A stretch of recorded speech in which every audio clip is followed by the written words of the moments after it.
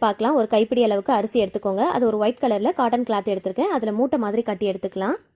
டைட்டாக rubber band போட்டு நல்லா வந்து மூட்டை மாதிரி கட்டி எடுத்துக்கோங்க. தவா வந்து நல்லா ஹீட் பண்ணிக்கோங்க. லைட்டாக வந்து அதுலேருந்து புகை வர அளவுக்கு நல்லா வந்து ஹீட் பண்ணிக்கோங்க. அதுக்கப்புறமா நம்ம திரட்டி வச்சிருக்கிற இந்த சப்பாத்தி மாவு வந்து அதில் போட்டுக்கலாம்.